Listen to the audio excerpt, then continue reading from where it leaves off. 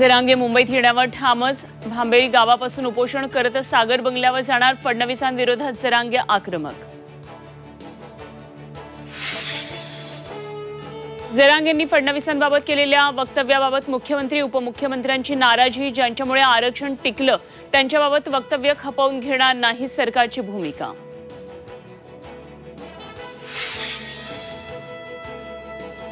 राज्याचा अर्थसंकल्पीय अधिवेशन आजपासून, कांदा निर्यात बंदी, कायदा सुव्यवस्था, डॉक्टरांचा संप, मराठा आरक्षणावरून विरोधक सरकारला घेरण्यासाठी आक्रमक।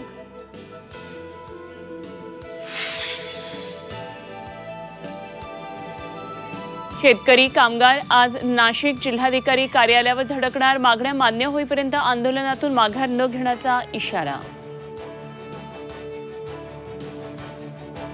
देशभरातील 554 रेल्वे स्टेशनचा होणार कायापालट।